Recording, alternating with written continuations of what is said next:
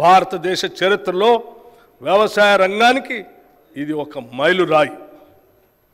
Horticulture oil palm సాగు తెలంగాణలో 12.12 లక్షల ఎకరాల్లో ఉద్యాన పంటల సాగు ద్వారా 53.06 లక్షల మెట్రిక్ టన్నుల ఉత్పత్తి జరుగుతూ ఉంది. రాష్ట్రంలో ఆయిల్ పామ్ సాగును ప్రోత్సహించేందుకు oil palm area expansion under national mission on edible oils పథకం కింద ఆయిల్ పామ్ సాగు రైతులకి అవసరమైన సహాయం అందిస్తాం.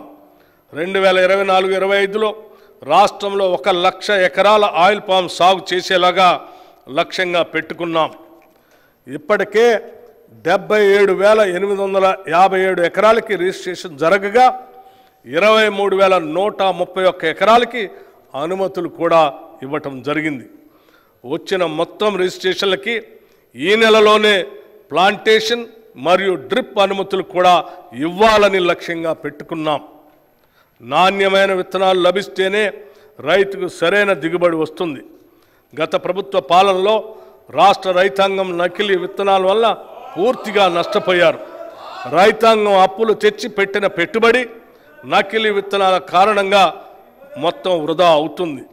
మా ప్రభుత్వం నకిలీ విత్తనాలను అరికట్టేందుకు కృత నిశ్చయంతో ఉంది. నకిలీ విత్తనాలను అరికడుతూ నాణ్యమైన విత్తనాలు రైతులకు అందించే దిశగా చర్యలు తీసుకుంటున్నాం. రైతులకు నష్టం జరిగే ఎటువంటి చర్యలను మా ప్రభుత్వం సహించదు. హార్టికల్చర్కు బడ్జెట్లో 737 కోట్ల రూపాయలు ప్రతిపాదిస్తున్నాం. పశుసంవర్ధక శాఖ పాడి పశువుల పెంపకం గ్రామీణ ప్రజానికానికి ఎంతో ఆర్థిక పుష్టిని ఇస్తుంది. పాలు, మాంసం, గుడ్లు ప్రజానికానికి పోషణ అందించడంతో పాటు అదనపు ఆదాయం ఇస్తాయి. ఇతర అనుబంధ రంగాలైన చేపలు, గొర్రెలు, కోళ్ల పెంపకం ఎంతోమందికి జీవనోపాధి కల్పిస్తాయి. ఈ రంగం గ్రామీణ ప్రాంతాల్లో ఉపాధి కల్పిస్తూ అభివృద్ధిలో కీలక పాత్ర వహిస్తుంది. పాల ఉత్పత్తి రంగంలో 62% వాటా చిన్న సన్నకారు మరియు భూమి లేని పేదలదే. వారు రాష్ట్రంలోని పశు సంపదలో 70% వాటా పొంది ఉన్నారు. ఈ రంగంలో రాష్ట్రం 326.39 లక్షల పశు సంపదతో దేశంలో 8వ స్థానంలో ఉంది. పశు సంవర్ధక రంగానికి ఈ బడ్జెట్లో 1,980 కోట్ల రూపాయలు ప్రతిపాదిస్తున్నాము.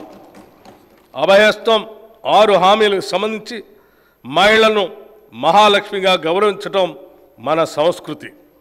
మహాలక్ష్మి పథకం కింద తెలంగాణ రాష్ట్రంలోని మహిళలందరికీ టీజీఆర్టీసీ నడిపే బస్సుల్లో ఉచిత ప్రయాణ సౌకర్యం కల్పించాం. ప్రయాణించే దూరం పైన, ప్రయాణించే పర్యాయాలపైన ఎటువంటి పరిమితి లేదు. ఈ పథకాన్ని ఇప్పటి వరకు 68.60 కోట్ల ప్రయాణాలను మహిళలు ఆర్టీసీ బస్సుల్లో ఉచితంగా చేశారు. పర్యవసానంగా తెలంగాణ మహిళలకు 2,351 కోట్ల రూపాయలు ఆదా అయింది. ఈ ఉచిత బస్సు సౌకర్యంతో రాష్ట్రమంతా మహిళల్లో హర్షాతిరేకాలు వెల్లువిరుస్తున్నాయి.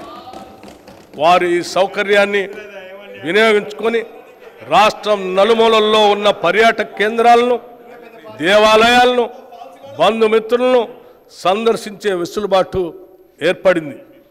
ఈ ఉచిత బస్సు సౌకర్యం పరోక్షంగా రాష్ట్ర ఆర్థికాభివృద్ధికి తోడ్పడుతుంది. ఈ పథకానికి అయ్యే ఖర్చు ఆర్టీసీకి ప్రభుత్వం నెలవారీగా ప్రతి నెల చెల్లిస్తుంది. దానివల్ల ఆర్టీసీ సంస్థ కూడా ఆర్థికంగా బలోపేతమై $1 బిలియన్ కార్పొరేషన్గా అవతరించడానికి దోహదపడింది.